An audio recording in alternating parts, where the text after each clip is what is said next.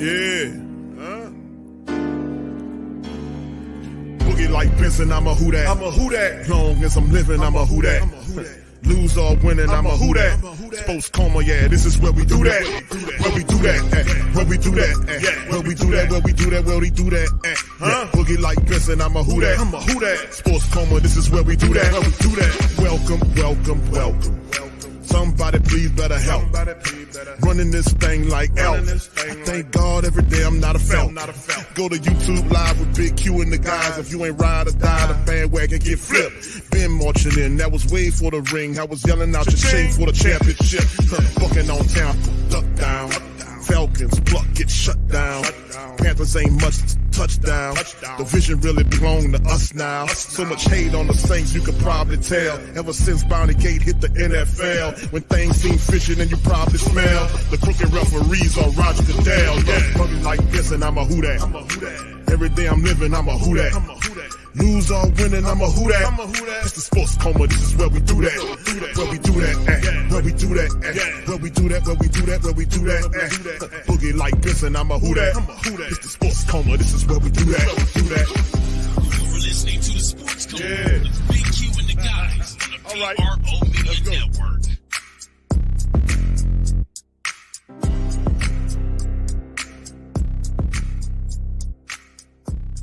Seasons, Adam Schefter reporting that the Bears are trading the former 11th overall pick to the Steelers in exchange for a conditional 6th-round pick in next year's draft. But Fields will not compete for the starting job. That position in Pittsburgh belongs to Russell Wilson. Now, Fields released the following statement on social media earlier, saying in part, quote, "Can't say thank you enough to the city of Chicago for taking me in and embracing me. Thank you to the entire Bears organization. But most of all, thank you to all my brothers that I played with. You all were the reason I attacked each day the way I did. I wish each one of you nothing but success, ready for this next chapter." All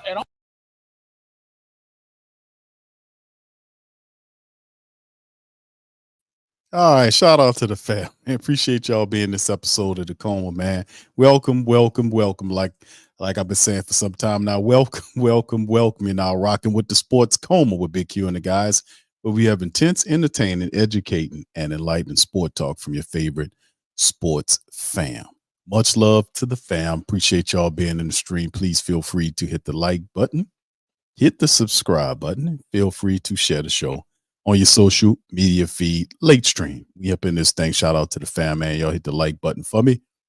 And it is what it is, man, as we start the broadcast off, man, with over the cap numbers currently of the Saints. And right now they have the Saints listed as $18.6 billion in the black. So the Saints have plus money over 18 millions in salary cap right now, 18 million bucks. And of course, I started the broadcast off with the report about Justin Fields being traded to the Steelers, who recently acquired Russell Wilson from the Broncos. You know, they sent out Ryan Pickett, sent him out, and now they have two quarterbacks, Russell Wilson and Justin Fields. They picked up Fields for a 2025 5th-round pick. I want to say it was a 5th-round pick that has the potential to turn into a 6th round, a 4th-round pick. It's just amazing. And shout out to what I forgot the family member name that said Q, we can get him for a 5th-round pick. I like to give you credit, sir, for what you said the other day, because you nailed it. They literally just dumped Justin Fields, just dumped him. And that is eye-opening, and we know exactly why Fields probably didn't end up in the black and gold room. We understand that. But it would have been nice, man, to have some competition for him. So shout out to the fam. Appreciate y'all being in the stream. Y'all hit the like button, man. We in here. We're going to cover some news, notes, and items on today's stream, or tonight's stream, rather. Much love to the fam. All right, so Jack says, so we are redoing a tear down, not a rebuild. I don't think it's a rebuild what the Saints are doing, or not. They're not completely demolishing anything, I don't think. I don't know exactly what they're doing because, you know, it's still incomplete right now. But a lot of people are like, okay, show me something. Now, historically and traditionally speaking, free agency opens up, you in position, you take advantage of it. It's pretty much a competition to see who can land the best people possible that fit what's going on with the team. You might have some guys with names, some guys without names, but it's supposed to be these particular players will help you progress further, and clean up some of the errors and things that happen. So a lot of people during free agency are looking to get veterans to kind of accentuate what they got going on because the supposed learning curve is shorter as opposed to you going with the rookies. So unclear at the time that Jack, shout out to you. What's up, Lewis? Say, hey, Q, nice to hear you so late. Thank you, sir. Congrats to the Steelers, patient, and how now have absolute steal of 2 QBs falling into your lap, a master class in how to getting a quarterback indeed. So a lot of people kind of looking at the Justin Fields thing. And listen, fam, it's not just Justin Fields. Even though you get a young quarterback, I think Justin Fields like 25, young quarterback and a good young quarterback on your team, but they have been, this free agency period, along with the trade situation, you're just seeing quarterbacks flying all over the place. You've seen Pickett leave. You've seen Sam Howell, the quarterback for the Commanders. He got traded. He's done over there. You've seen, it's just so many of them to keep track of. Guys getting traded here or going here or there. The free agent quarterbacks in free agency period, ultimately, they were getting signed early on in the first day or so. So it's a lot of stuff shaking and baking in terms of the quarterback position. I just find it really interesting that so many trades are happening at the same time. And I mean quality trades of quarterbacks with good experience. So Justin Fields is going to the Steelers. So that's interesting, man. Quavadius says Saints could have gotten Fields and Keenan Allen for draft picks, but they know rather spend cheap to Kyle Carr and his ego. That's a big part of it. I don't think any of that happens, any of that occurs. I don't think any of that happens or any of that occurs without the mindset of, not getting Carr too rattled or whatnot. But my mentality is, I don't care if you got $150 million or not. If I bring somebody in here to push you, you need to earn that money. I mean, you're not going to just be resting on your laurels because we gave you this money. You got to understand that if you don't perform, you out of here. This is not just, and really, truthfully, that's the whole point about it. You can pay these people, but they have to continue. They got to step up and handle their business. So Pelican Nola said I would have given up 2/5 for Fields. Yeah, it was a super crazy deal that they ended up giving Justin Fields up for, man. It was really crazy. Basically to usher him out the door for a 5th round pick that can turn into a 4th round pick next year. It's 2025 stuff, man. And I just find that so fascinating that was actually what happened with this. What happened with them is the Chicago gets a 2025 6th round pick, a 6 that can turn into a 4th round pick for next year. Not this year, next year. So that's really amazing that got pulled off, man. And, we didn't even look in that direction or perhaps try to do something. Now, they did have a report that the Saints were looking at Joe Flacco before the Nate Peterman signing. The Colts got him. So I guess that's as far as they're looking. But it is what it is, right? It would have been nice. All right. So anyway, shout out to the fam. Big ups to everybody in here. Quavadius, brother OG Jerry. Bronze, shout out to your fam. John Thompson, good to see you, brother. Much love. All right. Bronze, flat power god, and the rest of the fam. Jack, Maul and Maul. Good to see y'all in here. Big ups to the entire fam, man. Quavada says that goes to show you that Saints need to make up with Latimer because they won't get nothing for him in the trade, and you will lose a star defender. Jess Lowe, what's up, fam? Says Jess Leo says, well, I'm hoping just to get help offensive line, getting help O-line, defensive tackle plus in free agency. Thank you. Arvin, what's up, fam? Says ever since Breeze retired, organization has played with pocket passing QBs like Winston, Dalton, and Carr. Organization has no interest in mobile quarterbacks, and that's unfortunate, man, because a mobile quarterback can give you can really help you tremendously. And a lot of the quarterbacks with teams that are dominating the NFL are mobile style quarterbacks that can roll out, throw the ball on the run, extend plays, or have the ability to do so, like a Lamar Jackson. Even Pat Mahomes scrambles around as much as he does. extend plays, buys itself time looking up the field, makes plays all of the time. And there's several other players that can do similar things there. So the quarterback position is a dual threat guy, a guy that can run and throw. It's not too many of these stand in the pocket type guys, man. You really don't want, you want a dual value guy that can do both, get out of problems or trouble at times. So anyway, all right. Thank you for that, Arvin. Skylight, what's happening, fam? So I'm going to ride until the wheels fall. All right. Bears had to take the deal because they had no other deal that could. Yes, indeed. That includes us as well. Jack says, Mickey don't know how to wheel the deal. Just fleece. That's not a surprise, bro. Just Leo says Thomas giving his. Yeah. Oh, yeah. Well, a lot of people doing that, including a lot of the support base.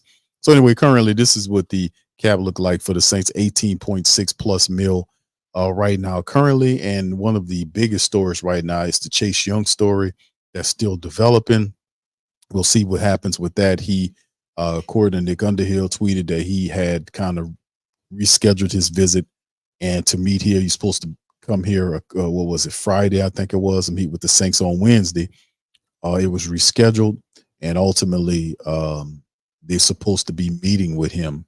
I think it's currently they're supposed to be meeting with him right now. So Chase Young would be probably the flashiest name that the Saints have dealt with so far in free agency right now, in terms of, you look at a guy like Willie Gay, but Chase Young, it's a pass rusher that's a lot more flash to it. And it could be a thing where the Saints make it possible. Now, the Carolina Panthers did talk to him.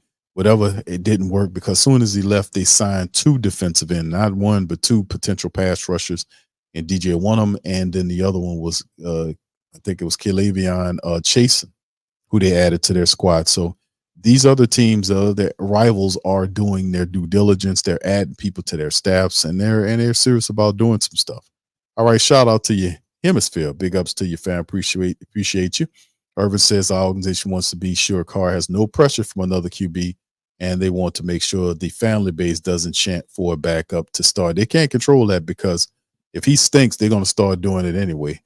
Just Leo says not excited about Chase Young. I know, fam. Probably have a high price. Oh, yeah, definitely. He definitely have a high price tag. But, the Saints are, if they want him, man, and they really believe that he'll help the team, that'll be a moment, something that they do. But anyway, in this broadcast, I'm going to go over a couple of the news notes and items over the last couple of days. I'm going to do kind of some brief stuff and look at it, kind of give some grades. So in the chat, fam, I'm going to, hold on, give me just a second. Let me kind of set this up here because I want to be able to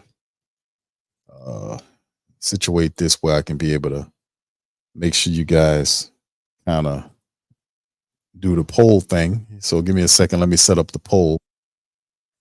Give me a second. Let me set up the poll for you guys here, because I want to hear your input on this. I want you guys to have an opportunity to chime in and give me a grade. What do you think the grade would be? Hold on. Just give me a second. I'm going to set the poll up so you can kind of throw it in a poll so everybody can kind of do this thing together. So give me just a second. Let me set that up for you guys. But yeah, this is going to be interesting, man, for the season, man, to be quite honest with you.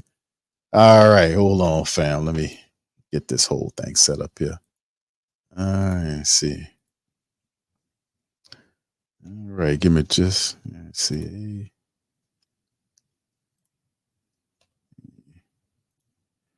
D. Let's see, A, B, C. All right. All right. Just a second, fam. Let me type this up here. All right. Would you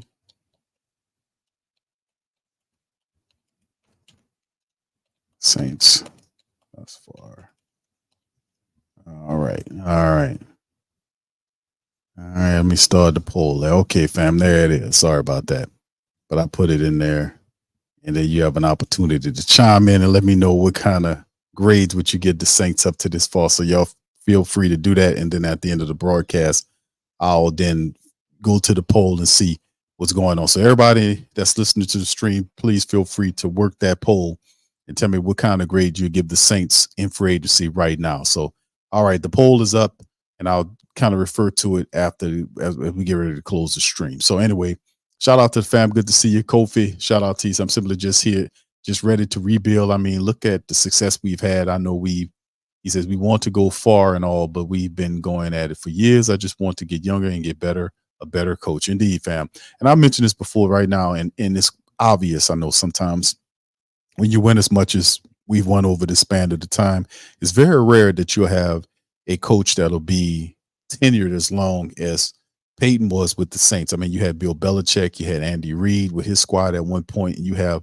maybe a handful of guys like Mike Tomlin, John Harbaugh, was it John Harbaugh, Jim, which one is in Baltimore? I forget. John Harbaugh, I think, is in Baltimore. So you got John Harbaugh. So it's like a handful of guys that have been with their team for a very long time, and that's a rarity, especially when you have an offense for like 20 years that you just kind of, you don't totally change it. You just tweak it and alter it a little bit. You don't just bring in a whole new system. We've had the same system for a long time. So this is the first time in a while we've changed offensive philosophies. It's been a long time. So that's a rarity. So at some point, you got to start looking at that. And the Saints, it's ways to rebuild. Sometimes the most obvious way is just to tear it all down and start all over again. And then there's a renovation of sorts, like you don't demolish the building, you just kind of, you want a different look, you just put something here or there and kind of improve upon it. So I mean, what you see with the Saints, they attempted to do that. That's when you had veterans. They had older productive veterans that they try to then piece younger players around that kind of educate them on the culture of how the team is supposed to win and how they're supposed to behave in the Saints building and whatnot, how they're supposed to play. And that was supposed to be the thing that guided them. So as those older veterans got old and they began to fade away, the young one would take the game that they had and then carry on the winning ways, which is a good philosophy to have. But it takes discipline. It takes attention to detail. It takes all kind of stuff for that to carry on, for you to have a successful transition. So it's not a rebuild. It's more of like a transition from one thing to another, but you use elements of the thing that you transitioning from to which you transition into. You get what I'm getting at? So that's what they're attempting to do, but it's falling flat because the leadership is not there. The leadership is not there because there's no accountability. There's nobody to place, not necessarily blame, but somebody got to answer for failure. However you want to phrase it, there's some politics in how people tend to explain stuff from a coach level, but the reality is somebody has to be responsible for failure, and failure is not making the playoffs. Failure is not winning the NFC South, that kind of stuff. Somebody has to answer for that. Somebody has to answer for that, and there has to be pressure. And I talked about this on the last stream. There was no pressure from Dennis Allen. The question was asked him at the end of the season, did he ever feel during the season? I think it was Cat Terrell that asked him that. Did he feel any pressure that he was going to get fired? He said no. And I don't think he was lying. I think he was telling the truth because he ain't haw, he and haw and all that kind of stuff. No, he ain't do none of that. He gave you a straight up, oh no. And I think that's the truth. He didn't feel any pressure because you had a general mismanager telling them, oh, don't worry about it. I got your back. I got you. I'll make sure you're good. Don't worry about them. You just go ahead on and handle your business. And that's not being accountable. You can't coddle a quarterback that needs to get his shit together. You can't coddle a guy staring down half the field and then getting mad at the receivers when they get mad at him because he's throwing the ball all over except in the area where they're supposed to catch it. It's just simple stuff like that, and then it was ridiculous. Then you had some reporters doing it that I had to lambaste and call out because there was DSing. So it was a lot of different stuff that was going on, but a lot of non-accountability. It was a lot of deflection and misdirection, and we're not going for that, man. There is no more deflection. There is no misdirection. We're not going for that. I'm not playing that, man, because that's games, that's BS. Nothing's going to get fixed unless you go straight to what the problem is. We can't deflect. We can't misdirect. We can't play games and all this tricky bull crap that the Saints like to run so they can keep collecting money. You're not going to keep collecting money off a smart family base. Maybe other people you will because they tied in to that mindset, and they're not trying to break that train or that chain of thought. You understand? Well, whatever they do, I'll just settle for it. I'm not on that, man. I don't have time for that foolishness, man. We either going to do this thing right or forget about it. Just get on out the way. And that should be the mentality. Nothing is higher than the team, not the damn coach, not the general manager, not the owner, not none of them. And if you're not going to do your job, hire somebody to do the damn job. A lot of times it's not happening because nobody's checking for anybody at the top level. As long as they're making bank, there is no need to move anybody around in the up echelons of the society of the team. They're not going to do it. So, I mean, it's up to you, all you beautiful people out there, to keep your damn money in your pocket and be disciplined. That's the only way this is going to change. They're not going to do it unless you force them to. And that's unfortunate, but that's a part of the progression. That's a part of the structure. Like, you gain success, and if you hold success for a long period of time, they'll start getting big and heavy and happy about where it is, and then they'll feel very entitled to your money. They'll feel entitled, like, oh, well, we doing this for years. You guys just come on out. And if they're losing, then they don't care. They collecting the same as they're losing. If they're losing games, they ain't making less. You still giving them the money unless you stay home and you advocate not to pick up their merchandise. Then they'll start seeing it. Then that'll force them to change, because the only thing they respect is money. That's what it comes down to. They don't respect anything except for money. And I know that sounds harsh, but that's why you control the purse strings of the team. You can force them to listen to you by showing them that you own code and that you're disciplined. And that's what this comes down to. We're in that role right now in 3 years now. Every team, I'm not expecting them to win every game, but I'm expecting you to show an all-out effort. I'm expecting you, when you go and practice and have all these Hall of Fame practices you're supposed to be doing, when it translates to the game, I want to see effort, real effort. You're fighting for these games. If I don't see that, then and I see junk and stuff being made up and excuses being made and all this kind of stuff, I'm not going to like that. I'm not going to like that product. And I might choose, if you keep doing it, not to support that, because that's your right. You have the right not to support some junk. So, I mean, in the end, that's what it comes down to, man. I know I talk about that because it's real. This is life, dude. Now, don't take no disrespect. I've told people this before. Don't take no disrespect. I don't care from this goddamn team or nobody. Don't take no disrespect. If they're not going to put out a good product on the field, then you have the full right to keep your money in your pocket. Because a lot of times it's all about tricking you to get the money out your pocket anyway. Just learn to say no and keep that shit in your pocket where it belongs. Make them come to you and prove to you that they serious about winning. And I ain't talking about win 3 or 4 or 5 games in the first 4 or 5 weeks. I'm talking about during the season, deep into the season. Make them prove to you that they serious. Make them prove it. Because we've been supporting them for years, man. Fattening them up for years. All right, so anyway, let's go into it, man, because this is some of the stuff that I want to go over in this broadcast, man. And we're going to cover some of this, the current moves as it stands right now. Saints 2024 free agents tracker offseason moves. Shout out to Kat Terrell of ESPN. She did a wonderful job of laying out each move that the Saints have made thus far. So right now, we talked about this, and the Saints did sign Stanley Morgan. He's a wide receiver, and of course, he's a guy from down here. Shout out to him. He went to St. Augustine. Stanley Morgan Jr., and he's a guy that played for the Cincinnati Bengals. He's just mostly a special teamer, but he does have a lot of athleticism. He's happy to be back here. And this is what she had to say about Stanley Morgan Jr.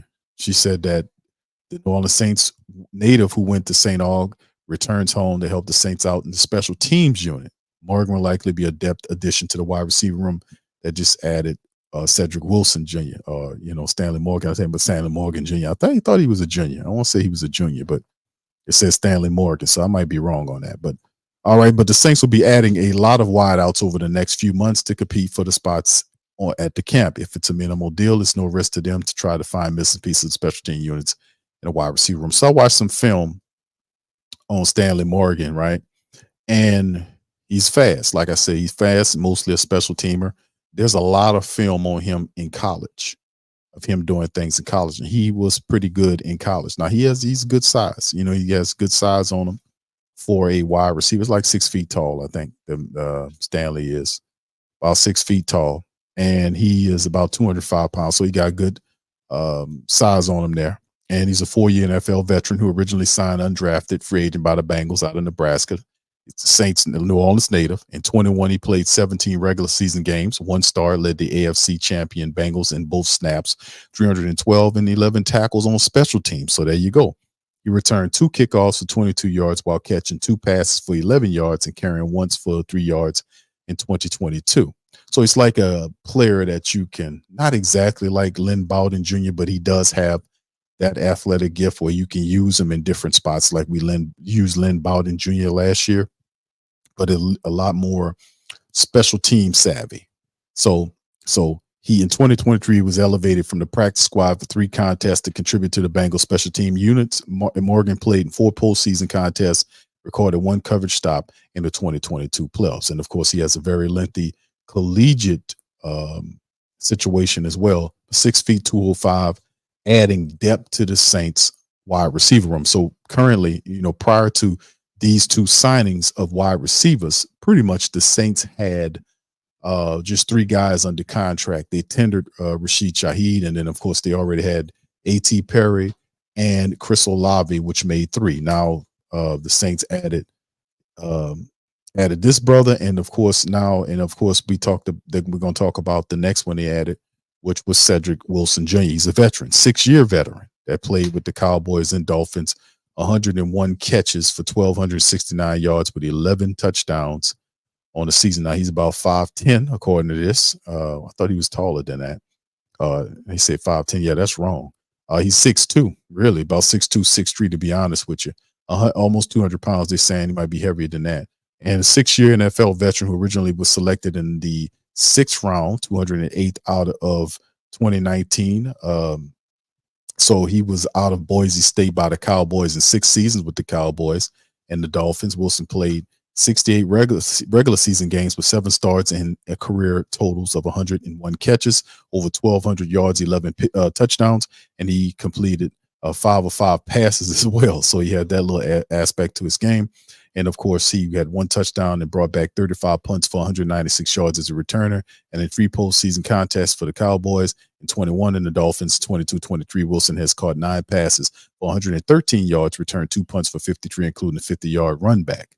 So he also go into his he got some college stuff in 23. The Memphis, Tennessee native played 15 games with 3 starts for the Dolphins and finished with 22 catches for just under 300 yards and 3 touchdowns. And in the postseason, he caught 3 passes for 37 yards in the AFC wildcard playoff game at Kansas City. So he has a very lengthy college record as well. And the Saints kind of picking up here. So you had Cedrick Wilson Jr., the veteran, 6-year veteran, to your wide receiver room, along with Stanley Morgan, mostly special teams. So you got your veteran there. So the Saints now have 5 of them currently in the wide receiver room as well. So as we keep it moving along, as we keep this thing moving along, that's most interesting. Now, Kat did mention, she said he's as we talked about him with Michael Thomas out of the way, you needed a vet. And Cedrick Wilson represents being the vet to these younger guys. And of course, we keep it offensive as we talk about the backup quarterback, Nathan Peterman, that the Saints did also add on a 1-year deal. The Saints needed another veteran quarterback on the roster after the departure of Jameis, and who signed with the Browns. Peterman worked with the Saints quarterback coach Andrew Janocko, and it'll be another voice in the room that includes starting quarterback Derek Carr and 2nd-year quarterback Jake Haener, right? So the risk, none. The Saints have at least 3 quarterbacks going into the training camp, and bringing in a veteran for Carr makes sense for now. Peterman has been in the league since 2017 and has more experience than Haener, so there's no risk in bringing in another player on a non-guaranteed deal. Now, for Peterman, and a lot of people I was seeing a lot of tweets about Peterman and about his record as a quarterback, his touchdown and interception record, which is not very encouraging if you look at Nate Peterman's career statistics, 6'2", 225 out of Pitt. He was a fifth round selection by the Bills. He's 29 years of age, and his career statistics are he has 160 attempts, not 85 out of 160, 53.3% completion percentage, 712 passing yards, 4 touchdowns against 13 interceptions, and he has a QB. He has a rating of 39.4 as a quarterback. So once again, not much, not a lot. He has 15 games played in the NFL in his 6-year career, and he has 4 touchdowns against 13 interceptions. So not a very good touchdown interception ratio to be happy about. But once again, the Saints felt comfortable with Janoko, Nate Peterman, who worked with Janoko, as I just read, and also Peterman was a quarterback that backed up Derek Carr in Oakland for, I think, 2 seasons. So there go those Raider ties. People are like, why would he do that, kid? Well, I mean, he's a former Raider, and that's obviously the game plan, is to just keep collecting old Raiders coaches and players. And when we can, we give Raider old executives an opportunity, or management people an opportunity to help us with the team. So that's what we do. We just go and collect old Raider people and bring them on the team and say, you want a job? Well, you got to be a Raider to be here. So we just kind of do that, bring them on. So whatever Raider guy that's out there, probably Hunter Renfrow or whatever, they might actually, I don't think Hunter Renfrow might be the guy, but you never know. You never know with these guys. And of course, probably the best of the free agents that were brought in so far is Willie Gay Jr. New Orleans, a former Kansas City Chief, agreed to a 1-year deal. The Saints need linebacker depth with just 3 on the roster, and Gay played significant snaps as a starter with the Chiefs in the Super Bowl win against the Niners. They had a lot of success going to well for the former Kansas City Chief, signing Tyrann Mathieu, Passanio, and Colin Sanders, so it makes sense to add another one to the roster. Now, Gay could quickly be a solid addition next to DeMario Davis or Pete Werner. Now, what's the risk? Not much at all. 1-year deal that don't have any cap hits for the Saints, and Gay is only 26 with the potential to play a second contract. He missed the Super Bowl during the 21 season with an injury and was suspended 4 games in 2022 for violating NFL personal conduct policy due to an arrest for misdemeanor criminal destruction of property. However, he played the entire season for the Chiefs last year and has started 47 games in his career. Now, a lot of people like this pick because Willie Gay is a solid linebacker with a lot of athleticism. He could perhaps help the Saints if they decide to run a 4-3 look, or if they, for whatever reason they want to adjust linebackers and whatever. But he's a guy that can he brings a lot of athleticism to him. He's a solid linebacker. Once again, he's an upgrade over Zach Bond. He's a big time upgrade over Zach Bond. But like I said, this is a good, solid linebacker in terms of depth and as a backup linebacker, because the Saints really, the majority of the time, operate with 2 linebackers, and Willie Gay won't be 2 of the linebackers that's out there unless one of those 2 are injured. So it's a good depth signing to help him, kind of help with the linebacker room in case of injury to one of our starters. So that is a positive as well. So we also talk about there was other signings as well. He's Xander Horvath. We covered that before. But this is pretty much the guys right here we're dealing with currently. So, and my thing is this, and we're going to keep it going, man. We're going to talk about some other stuff, but as we keep going and moving along, these are the signings so far for the Saints. And a lot of people, Stanley, Morgan, Gene, they couldn't even find a picture for him on this article, because this is Cedrick Wilson here. So, I mean, you have guys like Stanley Morgan, who is probably a really cheap addition to the Saints, just a depth piece for the Saints to add there. Cedrick Wilson is the veteran that brings, some abilities there. I've never been really excited about Cedrick Wilson's game, just to be honest with you. I've seen him play for the Cowboys. I've seen him play for the Dolphins. Have never been really that excited about Cedrick Wilson. I'm going to be honest with you. And it's not like for a lack of familiarity. I am familiar with who this guy is. And, like I said, his game is not really something to be like, oh, man, we got Cedrick Wilson, bro. We about to do some stuff. No. I don't see it like that. It's like when I heard, I was like, oh, all right, yeah, okay, we got a veteran, whatnot. That's how I got it. That's how I felt about it. With nothing excited to me about getting him, but but outside of that, he does give you somebody with 6 years of NFL experience to come in and kind of help out, provide some depth there as well. Got a good size for him. You can move him around the field. He has pretty decent hands. He got pretty decent speed, so he can be an asset to the Saints. Now, is that an upgrade? Is that an upgrade from what we had before? But we wasn't seeing very much of Mike over the last several years. So just to have somebody out there blocking and catching the ball could be a positive for the Saints offense.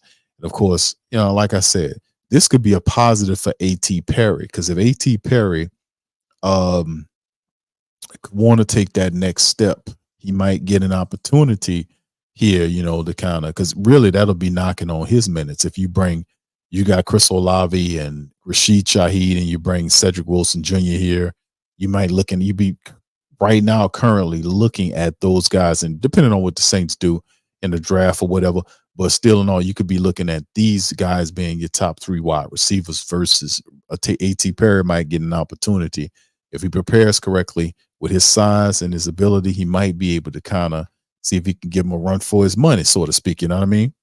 But the Saints do add Wilson Jr. and Morgan to their wide receiver depth chart, which gives them gives them 2 more wide receivers than what they have, and do provide guys who Morgan does have some speed and plays special teams. That's a plus.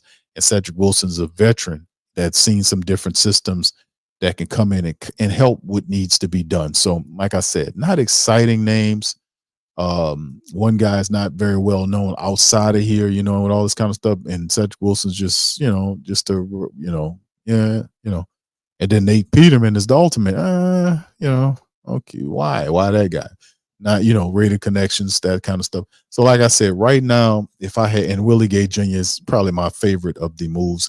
Xander Horvath is also another guy the Saints did pick up as a fullback. They did sign Adam Prentice back to provide depth and competition with Xander Horvath. I watched some film on him. I actually like Xander Horvath a lot better than I originally did. I think he has some abilities there. He has a lot of abilities there that the Saints could use if they have the proper imagination. Outside of that, like if I overall look at all of the Saints moves so far, and like I said, this is just thus far up to this moment. We probably gonna hear something about Chase Young over the next several days of whether or not the Saints gonna add him to the team or whatnot with the $8.6 million they currently have over the cap. But the reality is this: I'm looking at this as more of I would say this is a C. I would say it's a C right now. That's what I would give it right now. Willie Gay is a good move. Cedrick Wilson is it's an okay move. So I have to give it like a C plus, maybe a C plus somewhere in there. That's where I'm at with it. That's my feeling on it right now. And it could change. Like I said, there's still a lot of time left in the free agency process as we move into the next layers of it. So I have to say about that. All right, so anyway, let's move into the next topic of discussion, which is the 49ers signing cornerback Isaac Yiadom to a 1-year deal. So the 49ers pick up on Isaac Yiadom, and the Saints lose a solid cornerback who they were able to bring around. Now, Yiadom, it was a big difference from Yiadom last year and the year before that. He actually turned into a pretty solid cornerback with Joe Woods. Whatever Joe Woods was doing, it worked, because he had him playing with a lot of confidence. He was actually turning around, locating the ball, and making plays on the ball. The previous year, he didn't have the confidence to turn around and locate the ball. He got a lot better to the point where people noticed him and he got a contract. So Yiadom impressed numbers last year. He was third in the NFL in tight window rate per next gen stats. Yiadom allowed 38.5% completion percentage on 39 targets, only 5.1 yards per target. He gave up 15 completions compared to 16 pass breakups. A season ago, he's predominantly an outside cornerback. This would suggest the team wants that Lenore, who is one of their guys, to play inside. So you see that connection right there. So Yiadom played 50% of the snaps last year for the Saints. He played 55% of his snaps in man coverage and shadow receivers half the time as well. He was among the top 20 cornerbacks in receptions and yards allowed last season. He was 5th in man coverage success rate. So there you go. He played 267 snaps on special teams last year for the Saints. And the 49ers says, hey, man, we like his size.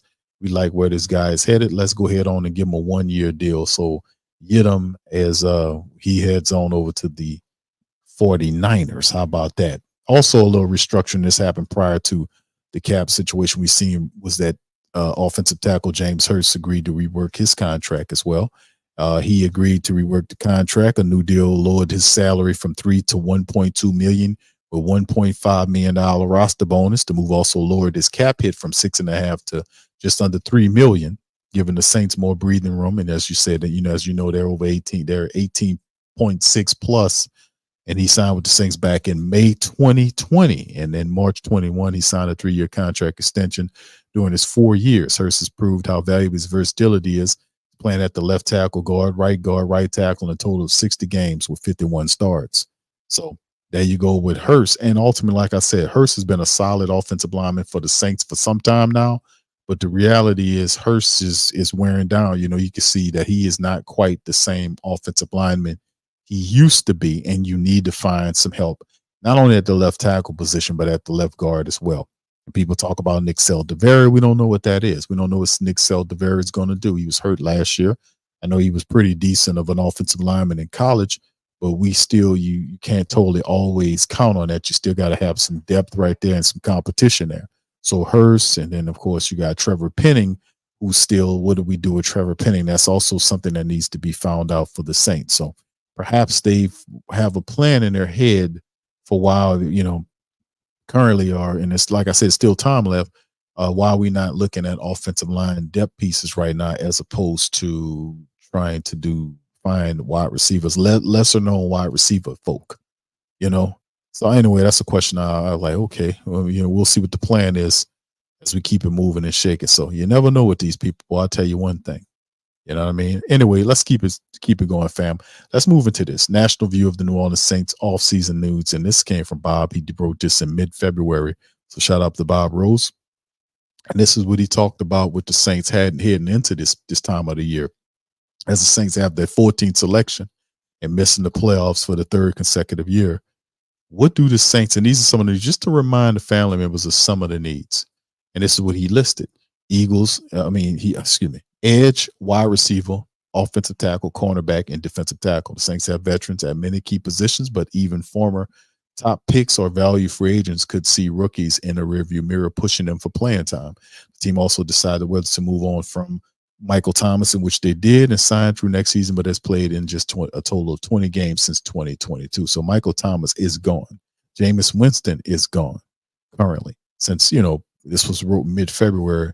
And this is what we're facing. This is some of the things. So Bob has listed the edge rushers as one of the top needs the Saints have. And he astutely mentions that because of the fact that the Saints had 30-something odd sacks last year, which was, they need to get that number up. Wide receiver position is also something you're looking at, because out of all the wide receivers that were out there, we were looking at somebody, that the Saints can go out and get that still can, that's a player that, I ain't looking for a name brand player, but somebody that, can get the damn job done. And there are guys out there that I thought, that you can go and look at that, that might have a name, and they got a name because they have some goodness in them. They're pretty good. And that's how you recognize some of those folk and bring them in and help them out. But they did add 2 wide receivers to the fray. And then, of course, you got offensive tackle, cornerback, and defensive tackle.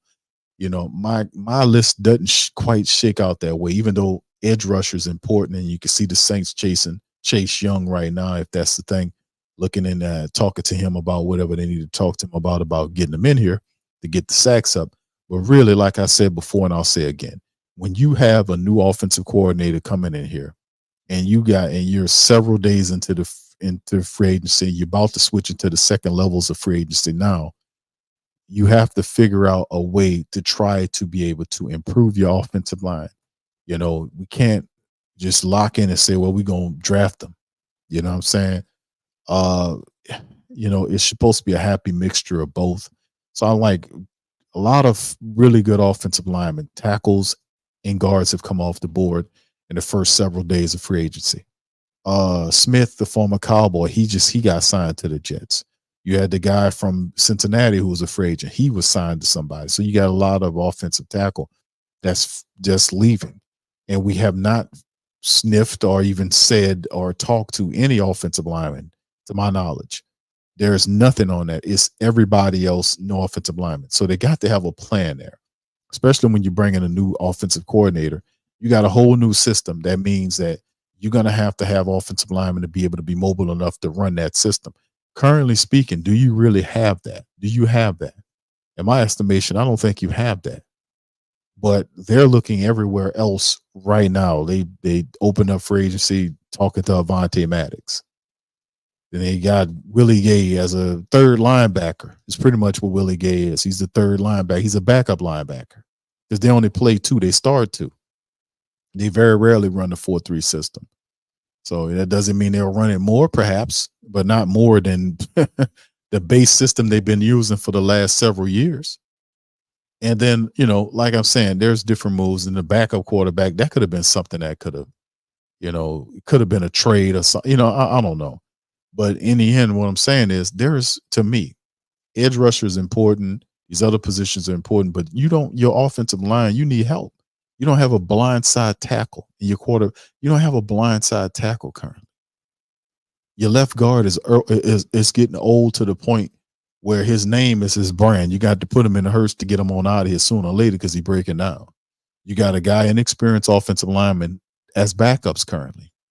You see what I'm saying? We don't need to have another Max Garcia here. Can we just miss me on Max? Max was awful. And then, of course, you got Trevor Penning. He's as a backup, and you don't know what's going to go on with him. They just shelved him, pushed him all the way down into the lowest depths of the active roster offensive line-wise. So, new offensive coordinator, the real important aspect of you got to get a line.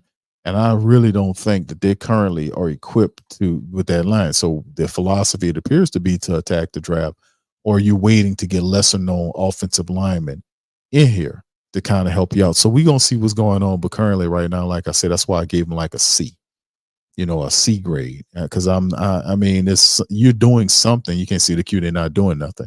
You're doing something. But when you start to break it down, is it really having like a big impact on the team in terms of, okay, this is something that we need to do. Like some of these moves that are being made are like the wide receiver position and all that. I was kind of looking at I ain't gonna say I don't want to make Cedrick Wilson seem like he's not talented, but y'all know what I mean. I was looking for, because there's a lot of wide receivers out there that you can bring in that are a lot more productive than Cedrick Wilson is. I'm just gonna keep it real with you. I mean, there are a lot of the wide receivers that are currently available that are more productive. They have more potential that can really change the dynamic of your offense than Cedrick Wilson will. If they see him as the veteran of the group or the third wide receiver, that is. I'm not trying to disparage the man. I'm just saying, All right. So anyway, let's keep it going. There also wasn't much question about Michael Thomas. Will he be back? Nope. He gone. Wideout isn't necessarily the big need that Reuters. This is Reuters suggesting. It's not Bob, but Bob's just quoting what the Reuters reporters are saying. The Saints have game breakers. Chris Olave, Rashid Shaheed got a promising performance from 2023 6th-round choice A.T. Perry, assuming Thomas isn't back, and he wasn't.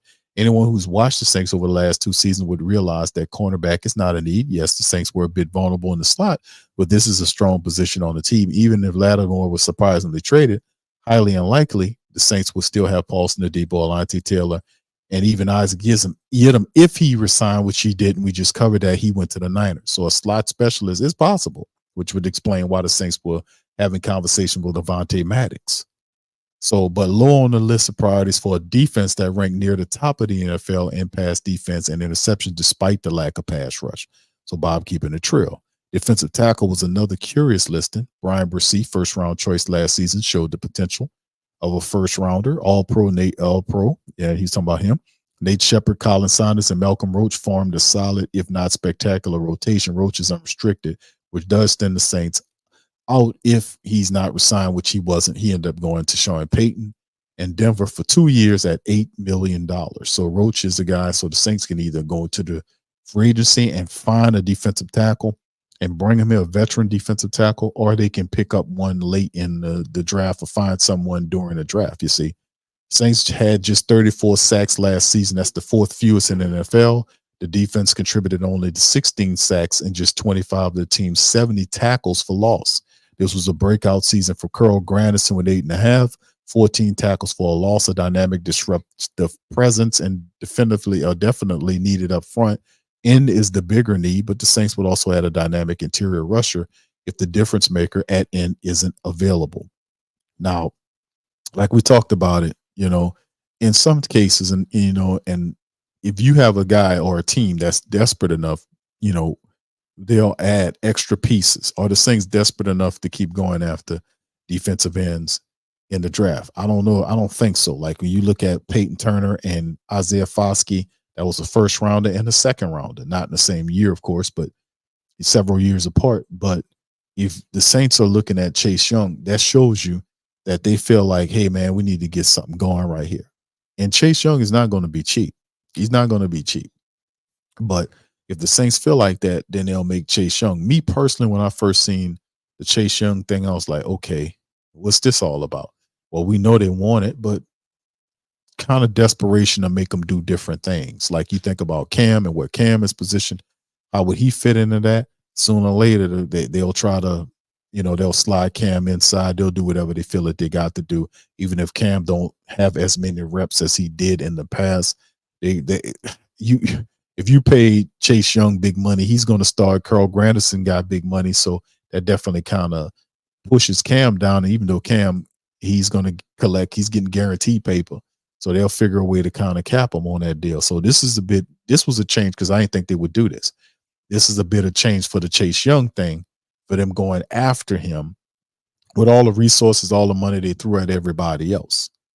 But this is a bit of desperation, and sometimes desperation to make you break that rhythm that same pattern that you've been doing, because you ultimately have to figure out to do something else. And I got to give them credit for at least breaking the pattern, because they've been doing the same dumb shit for a while now under Dennis Allen. So at least this is something different. So Rude has overlooked a few much bigger needs: the wide receiver, cornerback, even defensive tackle. We already mentioned offensive guard above, safety, a two-way tight end, and an off-ball linebacker to complement 35-year-old Demario Davis, which is Willie Gay Jr. coming in. Interesting enough, Ruder has had the Saints ignoring the top two needs with their first two picks in the first mock round. They had the Saints drafting wide receiver Rome Odunze and Michigan's Zach Zinter in the first two rounds of this mock draft published on February 11. Odunze would certainly be a big body playmaking threat to the offense, while Zinter would provide much needed upgrade inside of the Saints offensive line. So could that be something that they're looking at as well? So like I said, when we talk about need to the team, and I kind of went back to that because we don't want to lose focus on what we need to be doing as a team. Like we're looking at the needs of the team, and you can rank them however you want, but in terms of the most important needs to your team, like, I don't know, offensively speaking, you got to have that line together, and you don't have a left tackle. And to me, if you don't have a left tackle and your quarterback's right-handed, that's the biggest need to me. You got to fortify that.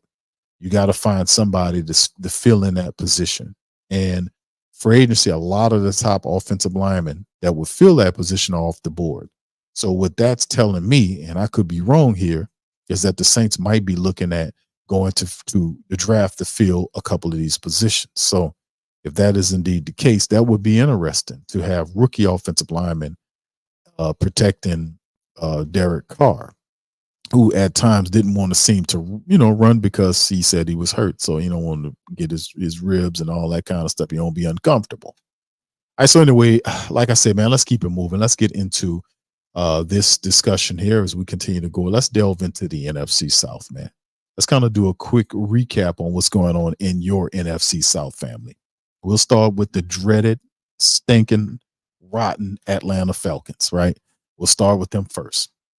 And of course, we talked ad nauseum about them getting Kirk Cousins 4-year deal, $180 million, $50 million signing bonus. Just to put his name on the contract, he got $50 million. He also has $100 million of the 180 guaranteed, including $90 million for 24 and 25, and another $10 million in 2026. That's right, boys and girls. That's with a $90 million in 2024, 25, and 10 and 26, $100 million guaranteed for Kirk Cousins.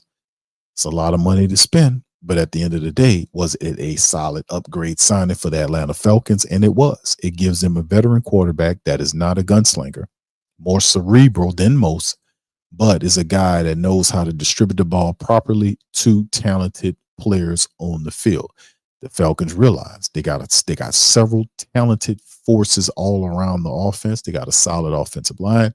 They got two really good running backs in Bijan Robinson and Tyler Algieri. Wide receiver Drake London is going to be a phenom, as he performed very well for them last year, and they are flanking him with other talented wide receivers. Darnell Mooney to go along with Drake London, along with Kyle Pitts, who just needs to stay healthy. They are putting together a very good team, and they're giving Cousins weapons, even though we know that their running attack is something that they're going to rely upon next year. But remember, Raheem Morris is the new coach there. They'll be bringing the Rams offense there with all that stuff that I just said. And then the NFC South, what have they done since the Cousins signing? Well, they signed four wide receivers, Ray McLeod, who's a speedster who can help them out in special teams. They signed Darnell Mooney, the former Tulane wide receiver who was with the Bears, very productive. He signed almost a $40 million deal with 26 guaranteed to help out Cousins opposite of Drake London. They traded for Rondale Moore, another talented wide receiver from the Cardinals, in exchange for Desmond Ridder. So they took their quarterback, who they couldn't do nothing with, and shipped him for a wide receiver to help Kirk Cousins out. So they got Ray McLeod. They also added Kadaro Hodge, who's a re-signing player, and they added new players. So Ray McLeod, the former Niner, Darnell Mooney from the Bears, and Rondale Moore. So they gave him three wide receivers who have a good degree of speed to help speed up things, along with Drake London and the rest of those guys. So it's Kirk, Kyle Pitts. So they are putting together a pretty interesting unit of players. They also signed a backup in Charlie Warner, which is the tight end. They got Storm Norton, who used to be our offensive lineman. He resigned with the team, and they got their long snapper signed with them. So as you can see, they're Kirk Cousins, and they kind of loaded up with wide receivers to kind of help out, to kind of flank Drake London. So very interested for the Atlanta Falcons. And you got to give the Falcons a high grade for at least swinging for the fences, attempting to change, because these are upgrades. These are upgrades based on what they have, to be honest with you. Next team, Carolina Panthers. The Panthers have been doing a lot of stuff, family. I don't know if y'all been keeping tabs on the Carolina, but Carolina knew they had an issue with the offensive line. So what did they do? They went to the offensive line. They got a new head coach there, Canellis, who used to be the offensive coordinator for the Carolina Panthers. He's now for the Tampa Bay Buccaneers. He's now running the Carolina Panthers. And what did he do? He spent $100 million on 5 years for Robert Hunt to bring him there, the former Dolphin. And of course, Damian Lewis, they gave him a 4-year deal at $53 million. So what did they do? They just signed several days ago, they signed 2 starting level offensive interior guards, to help protect and run the ball, to help out Bryce Young. So they improve upon the line with veterans.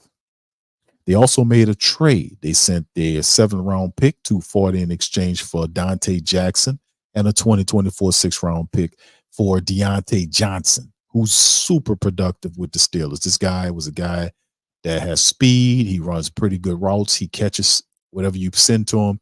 He's phenomenal. He had really good statistics in Pittsburgh. He'll flank Adam Thielen. That's also, they got a lot of talent, is what I'm saying, man. And Johnson's a veteran wide receiver that'll flank Adam Thielen, and this will give another weapon to Bryce Young to throw to. So you protect him up front with an offensive line. You had a compliment wide receiver with him, a veteran guy that can help. And they didn't stop there. They went defensive to try to improve their defense. Ashawn Robinson, the former Alabama defensive end, signed a 3-year deal to be on their defensive line. They added Kalavion Chasen, who's the former LSU guy, on a 1-year deal for $5 million, who's an edge guy that is pretty good at getting to the quarterback. He used to play for the Jags. And then you had another edge guy, DJ Wonnum, who they're showing like they want to convert him to a linebacker or something like that. We'll see. A 2-year deal at $14.5 million. Now remember, They signed DJ Wonnum after Chase Young left. They signed both DJ Wonnum and Clavion Chasen, 2 deals after Chase Young left. And they said Wonnum gets 14.5, and they said 5 for Chasen, which basically breaks down to 19. So they got 2 edge guys, athletic guys for just under $20 million for 2 of them.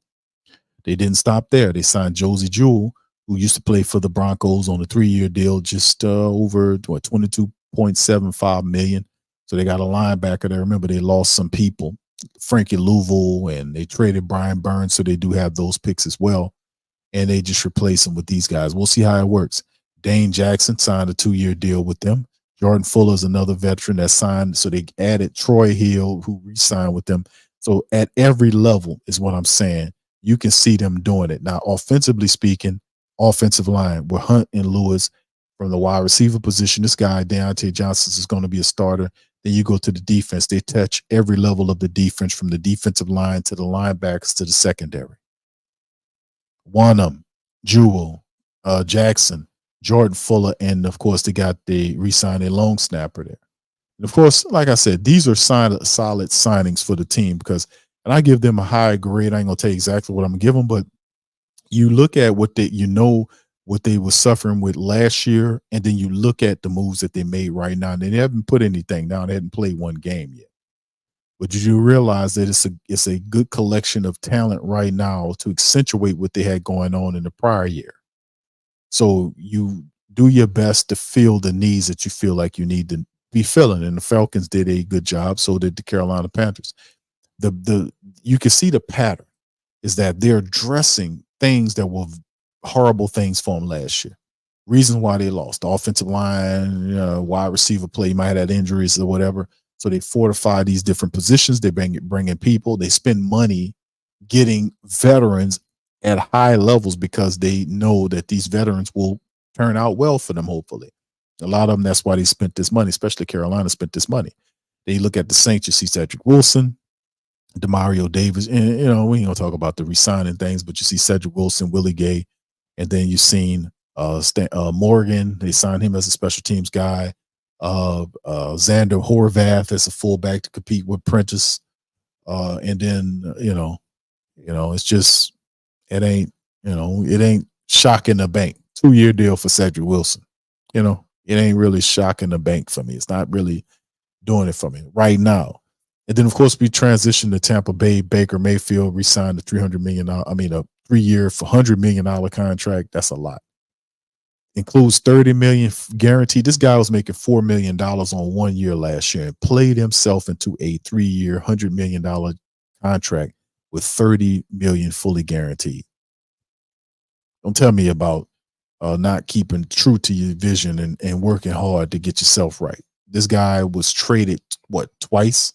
Got traded, then cut, then signed, prior to that season, and then went with the Buccaneers on a 1-year deal for $4 million and turned it into a 3-year, $100 million contract with $30 million guaranteed. Don't tell me about that you can't do it. You can't win something. He outperformed the $150 million quarterback last year. Outperformed him, and then it's interesting. But then the Buccaneers didn't stop there. They got Baker Mayfield his money. They got a backup for him. They re-signed their running back Chase Edmonds. They gave a big deal to Mike Evans, a 2-year deal for $52 million in extension. Then they got him an offensive lineman in Ben Brederson. They signed another offensive lineman, Sua Opita, another offensive lineman, Justin School, who re-signed with the team. They brought Gaines back, the defensive lineman. They brought Levante David back. They got Bryce Hall, the cornerback. They added him to the secondary. Also, they signed Jordan Whitehead on a 2-year, $9 million deal. And then they received the non-exclusive tag for Antoine Winfield Jr. and re-signed their kicker. So you can look at some of these moves, even if they read up, like you get Baker Mayfield back in the system, and we'll see how it works, but get Mike Evans back, their key playmaker, in an attempt to kind of build up their offensive line. And really, we understand that to a great degree, Tampa Bay overachieved last year. It was supposed to be the worst in the NFC South, but they overachieved. Is this the year? This could be the year they return to what they're supposed to be. Nobody was counting on them to be anything last year. and they really surprised everybody and kind of took it where they took it and won the NFC South. But really, they were picked and thought, even by their own diehards, to not be very good because you lost Tom Brady, you lost all this other stuff, and you're supposed to stink. You're supposed to be the guy lining up to get Caleb Williams. But guess what? Things changed. Everything changed. These guys got on code. They won, and they were able to get in the playoffs. They were able to get in the playoffs with Baker Mayfield. Well, this might be the year in which the Buccaneers go back to what we intentionally thought they were supposed to be. Who knows? We'll see. Hell, we might be the guys that go to the bottom of the division if we don't kind of get this stuff fixed and keep moving it fast. Hell. All right. So anyway, that's some of the stuff right there, fam, to kind of talk about. Let me share the depth chart with you currently. This is the current Saints depth chart right here. You can see, Derek Carr, Taysom Hill. You see Peterman's name right here listed in the quarterback position over Hayner. You got Taysom Hill there, of course. I had him on that depth chart, on this particular depth chart. And then you see the wide receivers they added. You see Cedrick Wilson listed as the third wide receiver. A.T. Perry is here. And Stanley Morgan is there, listed behind Rashid Shaheed. You see Xander Horvath listed behind Adam Prentice right here. No acquisitions offensive line wise to talk about outside of those things that we talked about. And of course, like we said, they got William Gay Jr. listed behind Pete Werner there. He's the third linebacker. And then outside of that, not much else to talk about for the Saints currently. Now, Chase Young could change some stuff, and the Saints get ready to add Chase Young to the fold. We know they're talking to him. That might be the next big shoe to drop, and we could be probably hearing from that very soon. Who knows? We'll see.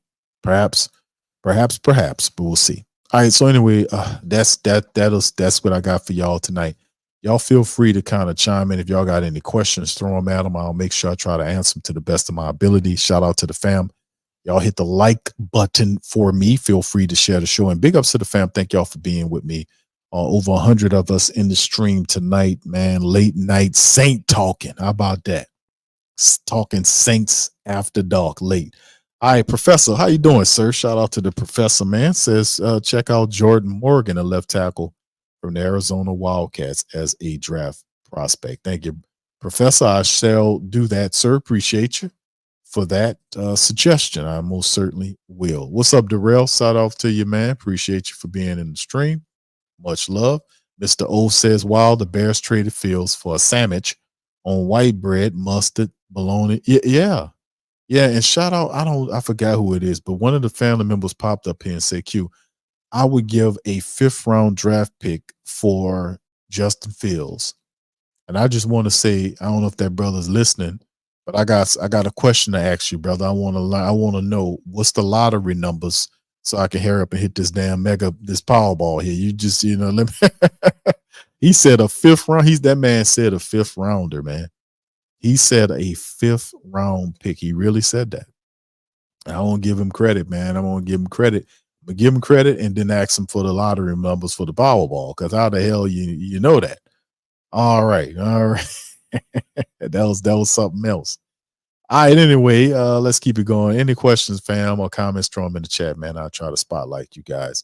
What's up, Colorado? Shout out to you, fam. Good to see you, man. Hope everything's well. Brother Slim says, Q, would you pay Chase Young or Justin Simmons? Man, I like Jordan Howard and Brother Slim. Man, we can't, the pass, what, you're probably going to want to pay your pass rusher. You know what I'm saying? And Bob made a great point on an article I just covered. I talked about the Saints secondary in terms of its depth and all that. We know we did lose Isaac Yiadom at the cornerback position, but a lot of the Saints secondary members like Ugo Amadi, Jonathan Abrams could be resigned. Now, we did lose Lonnie Johnson Jr. We did lose Isaac Yiadom. But like I said, guys like Jonathan Abrams, who did well for us, and Ugo Amadi, who was real good. He played safety and cornerback for us. Those guys will work for cheap. So with that being said, I probably would, if it came down to between the two, I would probably go after my pass rusher, because like the article talked about, the Saints having 34 sacks, which you got to get that up. you got to improve that. And Chase Young most certainly would do that. And plus, it makes sense to a degree because you need that extra pass rusher in there, man. And Peyton Turner stays hurt all the time. Isaiah Foskey's a question mark. Cam's getting old. So Chase Young, it does make sense to kind of spend. If you're going to spend it on the pass rusher, not so much a safety, unless you got a premier pass rusher or two. And nowadays NFL, you need at least two really good ones to kind of get after you. And I was thinking about it, man. I would love to see a Chase Young and Carl Granderson package, with Cam in there as well, and Big Boy in the middle, blitzing and running after people's quarterbacks. That would be pretty fire, to be honest with you. So I would have to go with the pass rusher on that, Brother Slim. Thank you for the question. All right, DJ says, do you see us drafting a quarterback? I can see. I guess you could see that like later on in the draft, DJ. You could see the Saints. I could see the Saints picking up a quarterback late in the draft, later in the draft, like after the 5th round, something like that. But like I said, there were several quarterbacks that are available, like that will be available, and after the 4th round, or the 4th round on back rather. Like you'll have the kid from Florida State, and there was reports. Let me see if I can pull this up for the family about him. Because he said that he should be ready for April. And I was like, wow, man, that kid there is phenomenal, man. If he can be ready for April, that might be something, man. And that's what one of the reports was saying about him as well. So, yeah, that'll be special. And we're talking about him because if this dude was healthy, Jordan Travis, if he was healthy, he would have been one of the top 5 quarterbacks that they've been talking about, because the guy has accuracy, he's fast, he's intelligent, he's a leader, and listen, it was a couple of years with Jordan Travis played. I watched him take apart LSU's defense, not so much last year, but the year before that when they had a better defense. It was because of him being able to find people like Keon Coleman, who was one of the wide receivers, and others that were there. He had a talented team around him at Florida State, but this dude made it all go. And when he got hurt, you could see the difference in how the team performed with him. It's an aura that he carries himself with. And he got hurt in college last year, late in the season, and it really kind of affected that team. And it affected his draft status. So if he's available, he could be very well available for the Saints after the 4th round and back. If that guy's there, you take this guy, because in any normal situation, this guy would be gone within the first 1 or 2 rounds. And don't get caught up in his height and all that kind of stuff. He's about 6'1", 200-something odd pounds. He'll thicken up. But the reality is, boy, the dude is heady. He know what he's doing. He's accurate he can make all of the throws, and he's really good on the run too. He processes things a lot. He processes things quick. He's tough. So like I said, this guy would be a steal for you if you can some kind of way know that. So, like I said, man, that's what's killing him. Like you look at the overview, some of the scouts are talking about, in a career marked with challenges, he showed the resilience to overcome and finish his career playing his best football, undersized, but hey, listen, 6'1", that's the thing. That undersized label don't really hit like it used to. He says adequate arm can help protect himself with his legs. He gets out of harm's way. He'll see the pressure coming, scramble out, and keep eyes downfield, make accurate throws. I mean, the dude is talented. Footwork isn't always great, but he can throw effectively, fairly, accurately as an improviser. Doesn't usually beat defenses with pre-snap planning work, but it's a step slow to get through progress. That's not what I've seen. I've seen, man, now he's not perfect, but I've seen more games than I've seen more games of him hitting and doing what he's supposed to do versus games of him not doing it. Like I say, he's not perfect. None of them are. But the dude has the it factor. And I talked about this when I talk about quarterbacks like this. I remember when Jalen Hurts came out, everybody was saying Jalen Hurts wasn't going to be hitting on nothing, and the Philadelphia Eagles can't win without him. So, so it's interesting, man. But, yeah, I would probably look at a guy like that, DJ, later on. What's up, Chantel? Says Q, do you think with all the things, the other teams are making, I guess that's what it is. The Saints can be on the bottom of the. Oh hell yeah, they can end up being on the bottom of the division. Absolutely, absolutely. Atlanta's not playing, man. They're not playing. They are addressing the needs that they have. That stopped the team last year was poor quarterback play. Not only did they get the quarterback that can run the system, they overpaid for him. He's coming off a major injury, but they're going to win more games than what they did last year. And it's a big upgrade than what they had last year. Big upgrade. You got a veteran quarterback, and he'll be operating the Rams offense. Let's not think about, forget what kind of offense. They don't be doing that crap they was doing last year. They're going to have an offense, a pretty exciting, explosive offense. That's why they're loading up with all these speed wide receivers. They're trying to take you down the field and open things up for guys like Algeria and Bijan Robinson. I know what you're trying to do. So it's going to be interesting what they're doing. Of course, Carolina, I talked about Bryce Young in the future is going to tell it, he's going to be a guy to tell the NFC South up. Canellis is going to get him together where he knows that offense. And they're going to give him, he got the weapons, and you're going to see some stuff happen. They give him a running attack. They're giving him a line to protect him. And when that happens, you're going to see some stuff happen. So Atlanta and Carolina are in the area they're supposed to be, heading down the correct road. They're headed down. Not only just that, but also the fact that they have new leadership at the top of the team, which usually electrifies the family base and the team. You don't have stale, dead people up there anymore like they had from the past. They got new leadership there to take the team in a new direction. So there's hope, there's optimism there. That's a whole nother energy that they're operating with. So in that aspect, they do have that energy plus over us because we already know what we're dealing with here. This is very clear what we're dealing with right here. It's not even a foregone conclusion. We know exactly what we're dealing with. We've been verified and proven correct over the last 2 years. So we know exactly what we're dealing with. We know. So thank you, Chantel, for that. KD says, how did we not get Fields? Because we wasn't looking at Fields, bro. KD, we wasn't looking at Fields. Saints wasn't looking at Fields. They wasn't interested in Fields.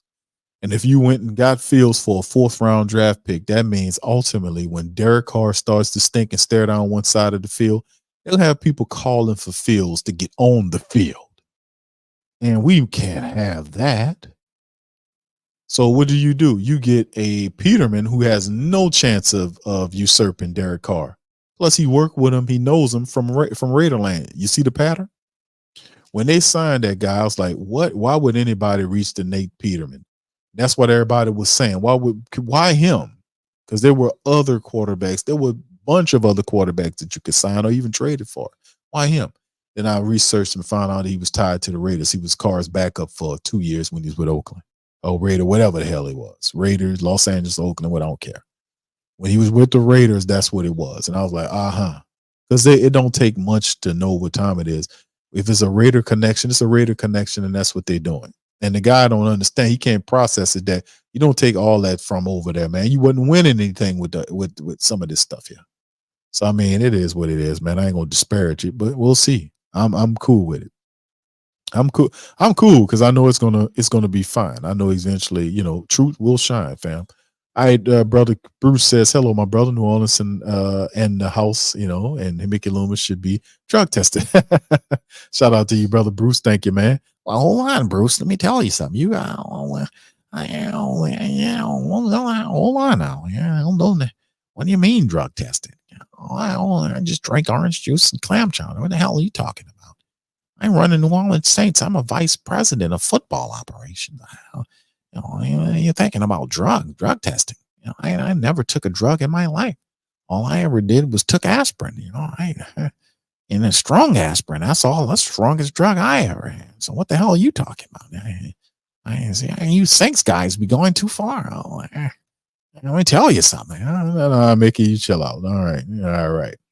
Arvin says Mickey Loomis needs to head to Disney World. They already got a clown. They already got a clown and a mouse up there. They don't need 2 of them, bro. John says, Q, why does Mickey think DA is the next coming to Vince Lombardi?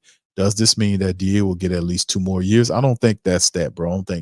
I think this done ran its course. This is the 3rd year. So with all these excuses, and I don't think they realized sitting up in their ivory tower, that the family base would be as ravenous as it is, as focused and as on code as they can. They're thinking they can throw a win here or win there, and then dazzle you with BS and make you believe that, hey, you just ride with us, guys, and he got a tough loss. It's tough to win in the NFL. I don't want to hear it's tough to win in the NFL, because that's why you're getting the big money to win in the NFL. And if you can't win, get your ass out of town. We'll find somebody else that will. So don't miss me with it's tough out here for a pimp. I don't want to hear all of that, man. Just, I don't want to hear all of that. We already know how tough it is to win in the NFL. We know. We haven't been to the playoffs in 3 years, so obviously it's difficult. But yeah, he think he's the second coming of some great coach, because he feels that he picked him, and really he didn't pick him. Sean Payton told him to hire him, and he did what Sean Payton told him to do, just like he been doing for the last 20 years. So when Sean Payton told Mickey Loomis to sign him, he signs him, and he think that he can't make any problem. He think he found another Sean Payton. In his crazy head, he thinks that Dennis Allen gonna turn into Sean Payton, which Dennis Allen's an old coach, man. Dennis Allen ain't new. I don't see I don't even buy that. This is not a new coach like you have a Matt LaFleur when they were with when you had all those fantastic coaches with the Washington team. You had McVay, you had Kyle Shanahan, you had Matt LaFleur, you had the guy from you had McDaniels from Miami. You had all of these guys on one staff at the same time in Washington under Shanahan over there in Washington, and all those guys, the majority of them got jobs. He has head coaches right now, and their teams are winning games. Matt LaFleur is tearing people up in Green Bay. He's having an awesome time there. He's headed in the right direction. You know what's going on with McDaniels down in Miami? Miami wouldn't win in nothing. He went down there and made him relevant. He fixed Tua. He had him balling. The other coaches went elsewhere and had success. I think the guy that's the offensive coordinator, I don't know if he's still on there, who's the offensive coordinator for the Texans. I think he was one of them guys too. So you have these guys, and regardless of where these guys went, McVay and all of them, they had extreme success. And I don't know if he sees this guy like he's seeing Dennis Allen, like coming from that. No. And you can't tell him no difference. That's what I'm saying. It's not, I joke about it and say it's like a Kool-Aid cart over there, because there's no difference in opinion there. Well, if you don't have a difference in opinion in your little analytical group, then you just got a echo chamber. You ain't hitting on nothing. Where are the new ideas supposed to come from? If you got a echo, where the new ideas supposed to come from? At least, but that's why I termed it the Great Saint Think Tank, the Great Saint Think Tank. You're supposed to think to be a part of it. So if you hear different vantage points and ideas from different people, that keeps everything live. It keeps it fresh, as opposed to it turning into an echo chamber where you're hearing the same shit over and over again. You get what I'm getting at?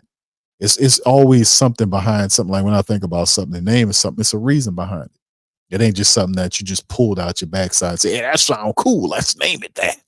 No. It requires some thought. That's why I was saying I just think Mickey Loomis is past his prime, man. There's a time span rather on these type of jobs, because the NFL is live. You got a lot of young leadership coming in the game changes and it shifts. He's too old to be doing that. You need Luton. That's why he gets fleeced by people. That's why it's all kind of stuff. But there is nobody that's saying, listen, bro, it's time for you to put this down. He told people, I can do this for another 10 years. And he probably would, unless somebody told him he can't do it no more. And there is nobody checking for him. I guarantee you, ask Lucia, did you do an evaluation on Mickey Loomis? He going to tell you what for. What for? Why should I need to do it? Mickey doing a fantastic job. No, he's not doing a fantastic job. He ain't been in the goddamn playoffs in 20 years. I mean, I feel like 20 years, been 3 years, 3 seasons.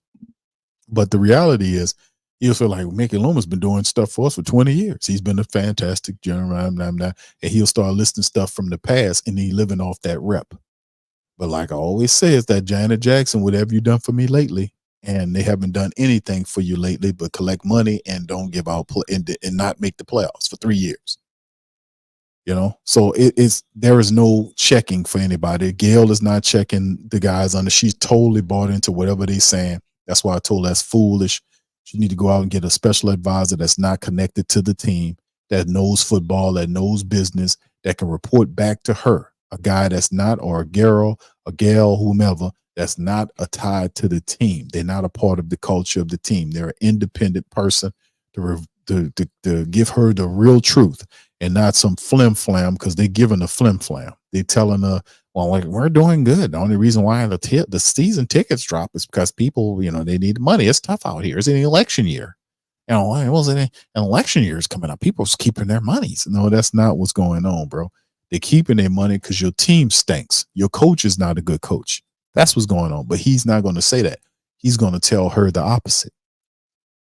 I know he's going to do it because he did it in interviews when he talked about the Detroit Lions game, why the Saints wasn't coming out for the family members wasn't there. And you seen all them Detroit Lion people littered up in the dome, yelling and screaming. And they looking around like, boy, what are we in Detroit somewhere? No, you in the Superdome. Well, what's going on? Well, obviously they don't have the money to stay in the game. They need the money. They got to play their bills. That's what's going on. So make you think people stupid enough to mix maybe they got a small portion of people that's using some of the utility bills to go to the Saints game. I hope not. But in the end, usually people use their own discretionary money for that. They'll save money on the side to pay for the tickets.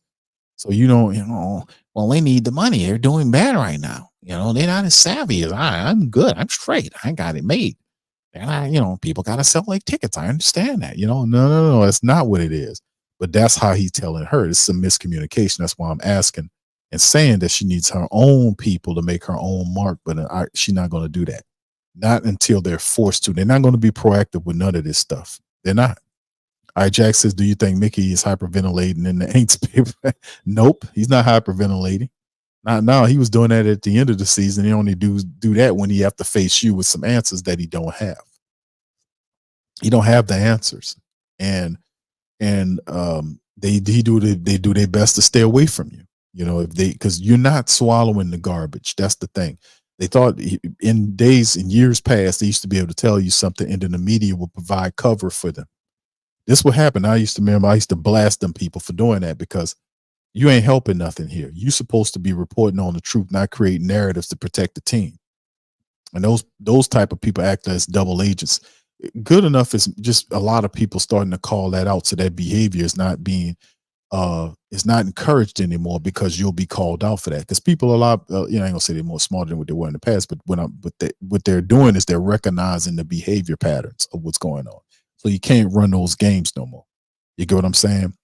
Like in years past, a politician, you would be able to stand in front of the media, to the television, and tell everybody, hey, this is doing better, and that is doing better, and this is doing better. And people are like, no, it's not. They can look in their phones, go actually pull up the stats from the websites, from the census data, and literally bust apart the lies that they're saying right in front of you. This is an age, it's an information age. So people are a lot more savvy to the slick, underhanded misinformation campaigns that they're running. So they scrambling to figure out a way to keep tricking you. The last thing they want to do is tell you the truth about what's really going on. We're trying not to panic you. So you like a child, you can't handle the truth. On some Jack Nicholson type. You can't handle the truth. So I mean, it's like one of them type. You're just a child. You can't handle nothing. You can't be. We gotta just keep lying to you for your own benefit. Because if I tell you the truth, you're just gonna wig out. No. You give me the truth, I'll be able to understand what I can do. I can make the proper decisions. So it's that type of stuff, man. And that's what I disrespect as well. They're gonna learn eventually, man. That's not the game we need to run anymore. All right. Shout out to the fam. Yeah, Joe Milton's good too, DJ. Shout out to you, bro. Good call. I talked about that with you before. I want to say, how many draft picks do the Saints have? I always believe you can build a team through the draft. They got a ton of picks, man. To be honest with you, Slim. They got a first, a second. They don't have a third or a fourth, but they got like 4 5s. So they got 1, 2. They got 4 5s, a 6, and a 7. So what is that? 8 picks, I want to say. What? 1, 2, 4 picks, a 6 plus 6 and a 7. Yeah, 8 picks. They got like 8 picks, bro. Now y'all make it in the chat. Y'all remind me in the chat if I'm accurate with that. I'm going off of memory. I don't say they got a first, a second. They don't have a third or a fourth, and they got 4 5s, a 6, and a 7. I know they think they got 2 6s. They got 2 6s. Hold on, let me pull it up, bro. Let me just do that. How about that? Let me just pull it up. And I'll tell you, because I want to say they got about 8, maybe 9 picks, and they're not gonna keep all those picks. Eventually those picks are gonna get moved. They're gonna put some of them together to kind of see if they can jump into the 4th round. They might package a bunch of them to see if they can move into the 4th round and go from there. So I want to say I'm correct on that. Let me double check my memory to see if I'm accurate. Yes, indeed. Let me see. 1, 2, 3, 4, 5, 6, 7, 8, 9. Yeah, they got 9 picks. Yeah, I missed one. They had 2 6. So I was close. All right, so you got hold on. Let me see if I can put this on screen for you, brother. Hold on. Let me take this. Hold on. Give me a second. I'm going to put it on screen for you so y'all can see it. All right. All right, here we go. All right, there it is. All right, Brother Slim, there it is for you. All right, so this is they got a 4th, the first round pick, 14 overall, 2nd round pick, 45 from Denver. They don't have a 3rd or a 4th, and they have 1, 2, 3, 4, 5 round. They for 4, 5, 5th round picks, 149, 167, 169, 174, 2 6th round picks, 192 and 201 that they got from Philly, and 1 7th round pick, 230 from Denver. And as you can see, they got like 1, 2, 3 of those picks are compensatory picks for the 5th round and for the Saints right there. So they got 9 picks. Yeah. Yep. 9 picks in the draft this year. A lot of picks for the Saints, man. We're going to see what they do with that stuff too, man. We're going to see how they handle it. A lot of that, they ain't going to keep a lot of those picks. I guarantee you that. All right. Anyway, let's keep it going, man.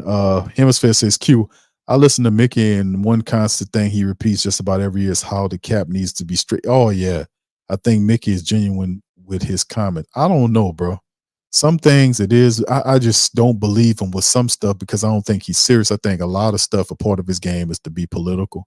Sometimes they be throwing out this stuff, and most of the stuff is not true. It just be fluff to make things look better what they're doing. And Mickey Loomis said every year they got to work the cap back to the black. And that could be misinterpreted by us because he has to work it back to the black every year for him to make deals. So he does. And if you think about it, I think we could be misgetting what he's saying, because I'm thinking when you say work it back to the black, I'm thinking he's saying be more responsible with the cap and don't kick the can.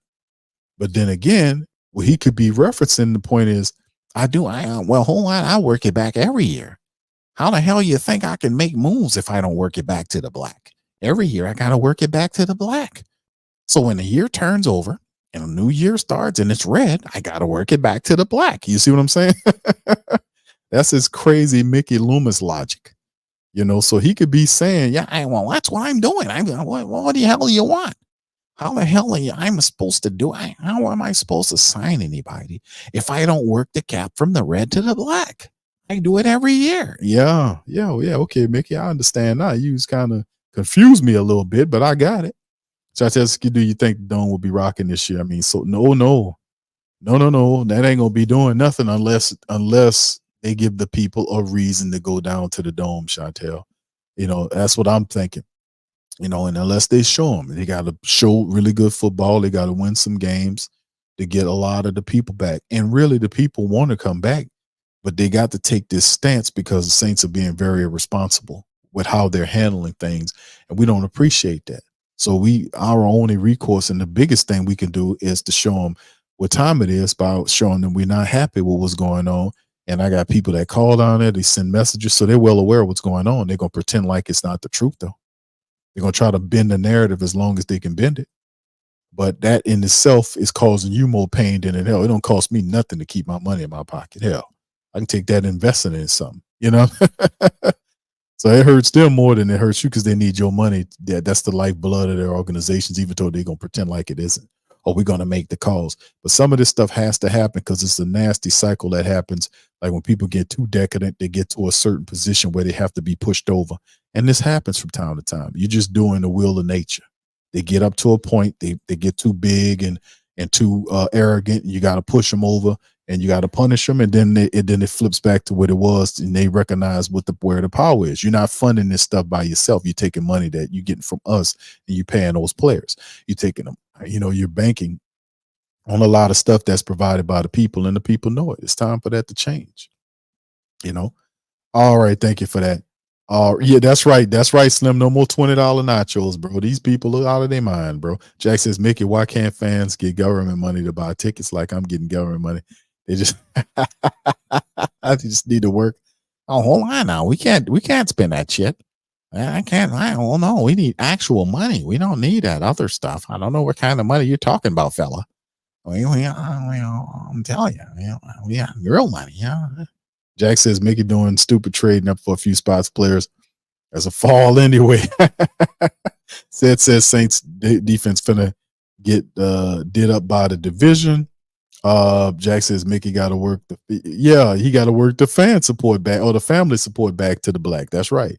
Chantel says Cleveland not going to the playoffs with Deshaun as QB. Their season is over. It's not it's before it's get done. But Jameis is there now, Chantel. Jameis is the backup quarterback now. So if Deshaun Watson's not available, Jameis is the guy to step in and make it work. So that is a positive for the Carolina Panthers. They know what they're doing, man.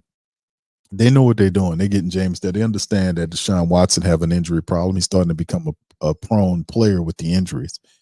But they got a good solid backup in Jameis, and they got good talent up there. So I anticipate the Cleveland Browns to keep doing what they're doing, man. They built up a lot of talent. They finally got winning.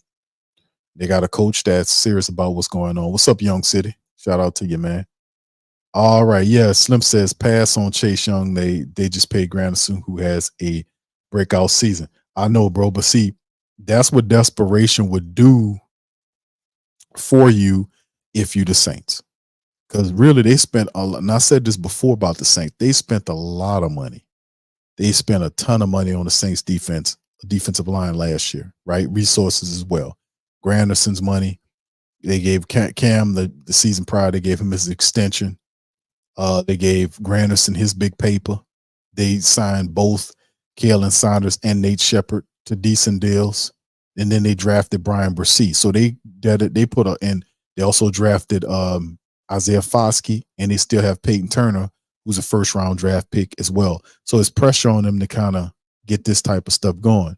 But it's a desperation situation because this is seen as Dennis Allen's season, a career finale with the Saints, and they got to win. They got to get the team into the playoffs. And, anything possible, but at the end of the day, the NFC South is going to be a lot more difficult than what it was this past season. You can't bank on them being young forever and been making dumb mistakes, especially Atlanta. Atlanta said, you know what? We're going to abandon this young QB philosophy, and we're going to go for a veteran approach.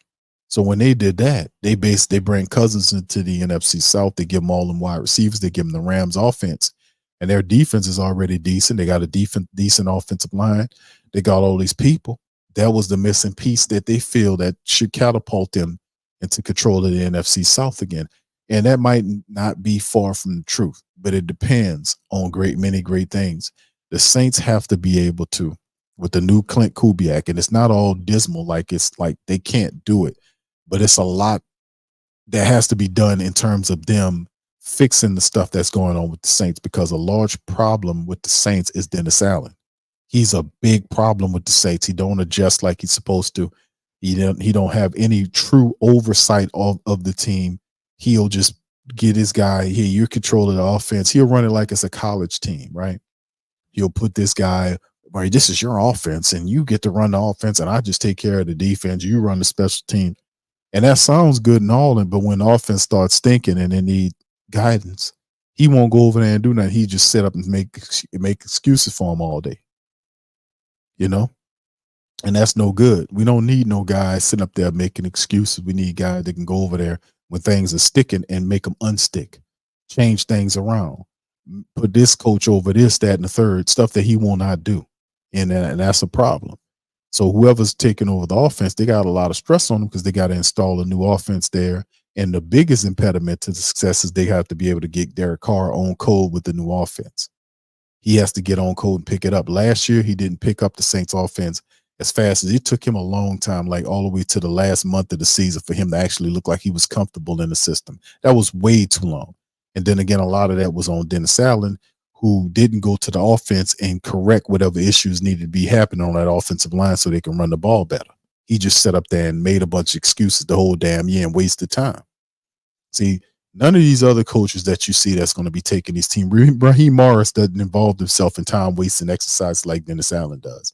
Canellis knows just what he needs to do. He already had the defense in place there. He just need to help Bryce Young protect him and teach him a system that will benefit him and give him the weapons. They've done that. Everybody's on code with what they're supposed to do.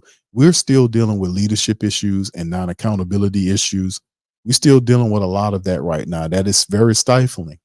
So at some point, that stuff has to be solved for us to gain any real ground in the NFC South race.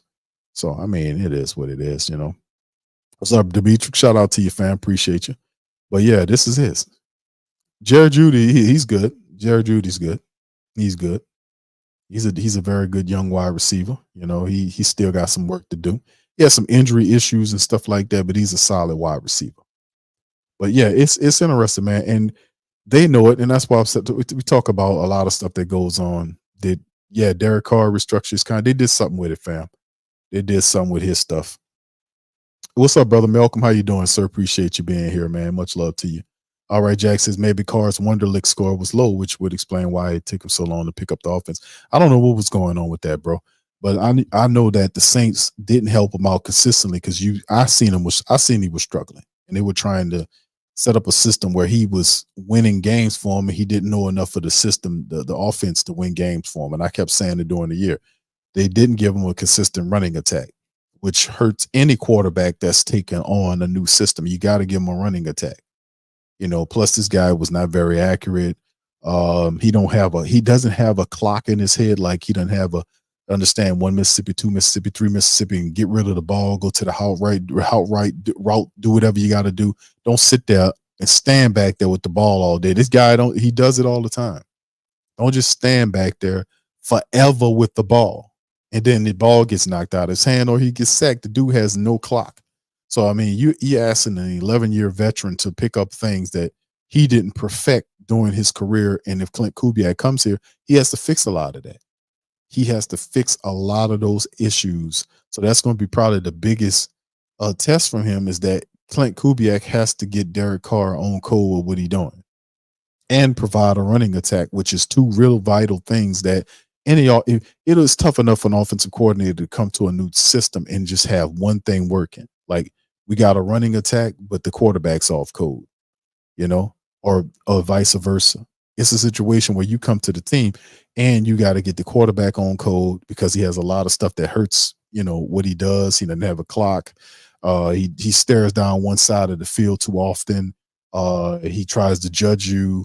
You did it wrong. Keep running and all this kind of stuff. And there's wide open people to the other side. He telling the one guy on the right side, keep running. And they got a wide open guy on the left-hand side. He doesn't never see him.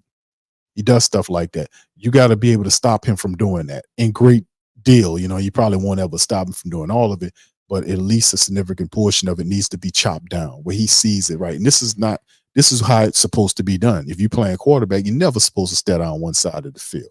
You set yourself up disaster because the safeties is watching your eyes. He should know that. But that's what he does. So he would have to fix that and find a way to get the running game going. So he had two real vital things to fix as opposed to one versus the other, you see? So that's a lot of stuff going on right there. Plus you're dealing with an influx of new talent coming here. So you got everybody that doesn't, that on the team currently doesn't know what that offense is because they're only used to wearing one offense. So it's going to be a very trying time for the Saints offense.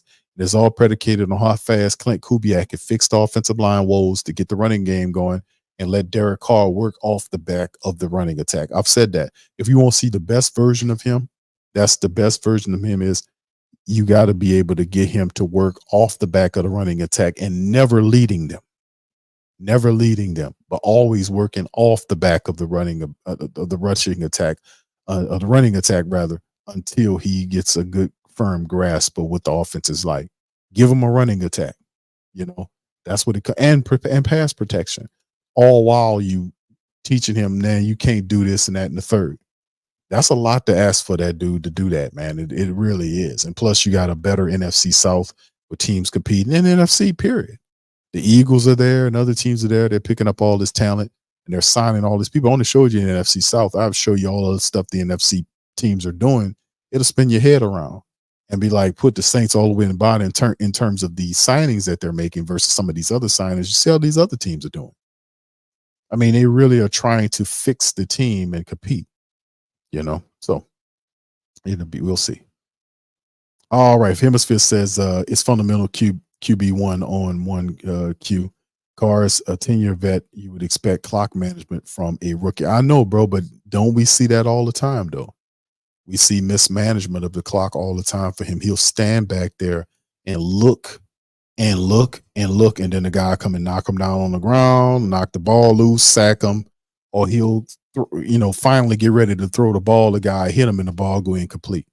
So, like I said, it's a lot of that has to be cleaned up. You can't stand back there all day just staring down. You got to be able to have a clock to get rid of the ball, run off, slide somewhere, whatever you got to do. But you got to see your options first before you throw the ball. You got to really see them. You can't pretend to see them, just glare at them and look somewhere else. No. Actually do your damn job. Do the job correctly. And that's what Clint Kubiak has to do, man. So it's not impossible that can happen. The right coach can propel him to do the right things. John Gruden did it. And the reason why John Gruden had more success with Derek Carr than anybody else, because John Gruden don't play no bullshit, man. He's just like Sean Payton. John Gruden and Sean Payton should be like literal brothers, man. They got the same type of temperament, except John Gruden's a little throw it off. He's a little bit more throw it off. He's a throw it all brother. But a lot of with John Gruden and Sean Payton mirror each other. They have the same type of alpha dog mentality. And John Gruden don't take no crap, especially from his quarterback. He don't take no crap from you if you the quarterback. And that's why he excelled under Carr, because he was on Carr to do the right things. And that's why Carr had those good numbers underneath John Gruden. I'm just keeping it a buck. He held him and kept him accountable. When you don't have nobody keeping you accountable, that shows how he'll look, because he's not doing it for himself like that. Like you seen last year when you had a non-accountable offensive coordinator, you seen Carr just make excuses, didn't take credit for the shit that he was doing. All that. It was just a treasure trove of crap, man. But we need that to change. But it is definitely possible. It's definitely possible for him to stay on code. I mean, we'll see how it all works at the end of the day, fam. But anyway, with that being said, fam, listen, y'all hit the like button. Y'all feel free to give me a like, man. I know we talking Saints late, man. Big ups to y'all. Was on the Pelican post-game report. Shout out to the Pels. They handled their business. But I wanted to kind of share some my thoughts with your family on the whole class. We'll see what happened with the Chase Young thing and all that stuff going down the line and all that kind of stuff. But listen, I appreciate y'all. Y'all do me a service. Hit the like button. Hit the subscribe button if you're not a subscriber. And feel free to share the show on your social media feed, man. We up in this thing. Sports Coma representing the mighty Who Dat Nation and the great Saint Think Tank. With that, I'm going to get out on that, and I'm going to holler at y'all on the next one. Much love, and Who Dat to you. Yeah. Boogie like Benson, I'm a Who Dat. I'm a Who Dat. Long as I'm living, I'm a Who Dat. Lose or winning, I'm a Who Dat. Sports Coma, yeah, this is where we do that. Where we do that, where we do that, where we do that, where we do that, where we do that, Boogie like Benson, I'm a Who Dat. I'm a Who Dat. Sports Coma, this is where we do that. Where we do that. Welcome, welcome, welcome. Somebody please better help. Running this thing like Elf. Thank God every day I'm not a felt. Go to YouTube Live with Big Q and the guys. If you ain't ride or die, the bandwagon get flipped. Been marching in, that was way for the ring. I was yelling out your shame for the championship. Bucking on town, duck down. Falcons, pluck, get shut down. Panthers ain't much touchdown. The vision really belong to us now. So much hate on the Saints, you could probably tell. Ever since Bounty Gate hit the NFL, when things seem fishy and you probably smell the crooked referees on Roger Goodell. Yeah, like this and I'm a Who Dat. Every day I'm living, I'm a who that. Lose or winning, I'm a who that. It's the Sports Coma, this is where we do that. Where we do that at. Where we do that at. Where we do that, where we do that, where we do that at. Boogie like Benson, I'm a who that. It's the Sports Coma, this is where we do that. You're listening to the Sports Coma with Big Q and the guys on the PRO Media Network.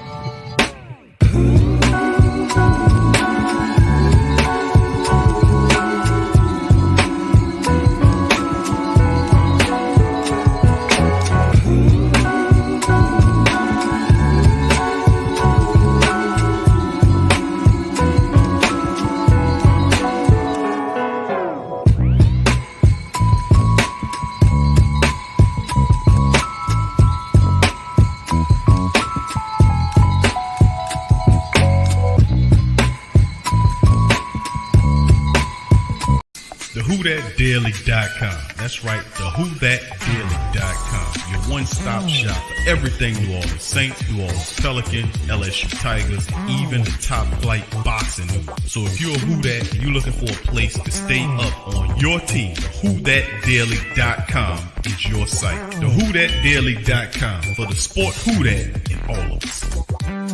That's right, the Pro Shop is the platform store where you can go and buy all the latest merch to support the platform. Available at the Pro Shops, we have dozens of hundreds of products available for you and your family. Unisex tees for men and women, hoodies and sweatshirts, tank tops, kids and baby items, long sleeve tees, mugs, pillows, wall art, bath bedding, face masks, phone cases, stickers, bags, fanny packs, socks, hats, and many other items. Please feel free to check out the Pro Shops. The link is in the description section below. And remember, it